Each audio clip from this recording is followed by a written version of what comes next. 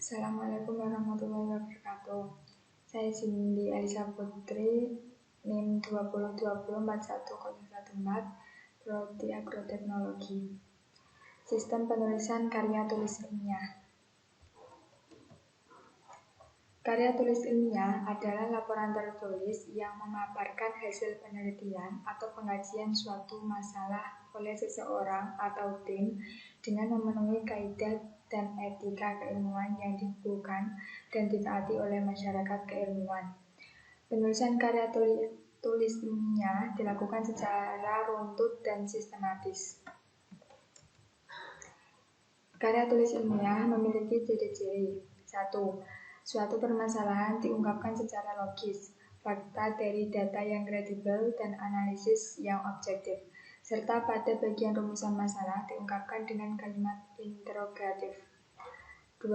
Opini yang dikemukakan harus berlandaskan teori dari berbagai sumber, seperti pendapat ahli, jurnal ilmiah, ataupun buku-buku yang sudah terbit, bukan berasal dari imajinasi, perasaan, atau pendapat yang subjektif. 3. Ragam bahasa haruslah ilmiah, tidak ambigu, dan tidak menggunakan kata-kata yang bersifat konotatif. Sistematika penulisan karya tulis ilmiah. 1. Halaman judul. Judul karya tulis ilmiah ditulis berdasarkan topik yang dianggap dan akan menjadi nama dari karya tulis ilmiah tersebut, atau tema, atau judul. Judul harus ditulis semenarik dan sejelas mungkin agar pembaca mendapatkan gambaran tentang apa isinya dan tertarik untuk membacanya. Contoh, judul-judul yang berpotensi menjadi clickbait pada portal berita daring Line Today, suatu kajian pragmatik. Dalam halaman judul, nama penyusun, nama lembaga dan institusi, secara tempat dan tahun ditulis dengan aturan rata tengah yang ditempatkan betul-betul setelah judul di bagian bawah. Bagian kedua, abstrak. Ringkasan dari seluruh isi karya tulis tersebut dituliskan secara singkat dan menyeluruh. Abstrak ini ditulis bergantung pada peraturan akademis tertentu. Pada umumnya, abstrak ditulis dengan maksimal 150-200 kata dengan jarak spasi 1,5 dan tidak ada jarak antar baris. Isi abstrak antara lain tujuan penelitian, metode penelitian, sumber data, dan pembahasan. Bagian bawah abstrak terdapat kata kunci. Kata kunci ini ditulis maksimal 5 kata. 3. Pendahuluan. Pada bagian pendahuluan berisikan gambaran umum dari observasi awal dan fenomena yang dibahas sesuai dengan topik yang diangkat dalam karya tulis ilmiah. Dalam pendahuluan terdapat latar belakang masalah, rumusan masalah, tujuan dari kegiatan, penelitian, pengambilan, atau yang lainnya, dan manfaat dari penulisan karya tulis ilmiah ini terhadap pembaca di kemudian hari, dan kemaknawian tulisan. Pendahuluan ini merujuk dari berbagai sumber pustaka, pandangan pribadi penulis atau peneliti sebelumnya yang telah membahas topik terkait serupa. 4. Kerangka teoritis. Bagian ini berisi penjelasan tentang hasil kajian terhadap teori dan hasil-hasil penelitian yang sudah ada dan telah dipublikasi dan relevan dengan karya tulis ilmiah. Pada bagian ini, teori-teori dari para ahli akan diibaratkan sebagai pisau untuk mengupas permasalahan yang disebut pada bagian rumusan masalah. 5. Metode penelitian. Bagian ini berisi metode yang digunakan penulis untuk melakukan penelitian terkait judul karya ilmiahnya. Di sini terdapat 2 metode yang masih ada subbagiannya, yaitu metode kualitatif dan metode kuantitatif. 6. Pembahasan.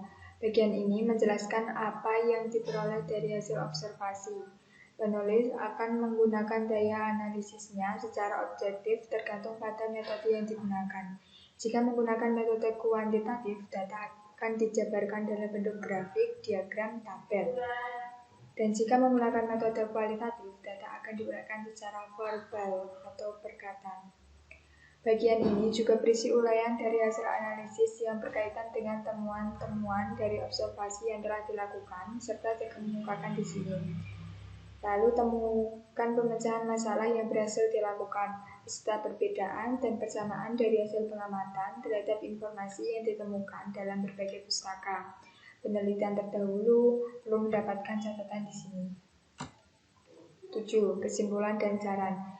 Terdapat dua penyampaian dalam menulis kesimpulan, yaitu bisa ditulis butir per butir atau uraian berupa esai padat.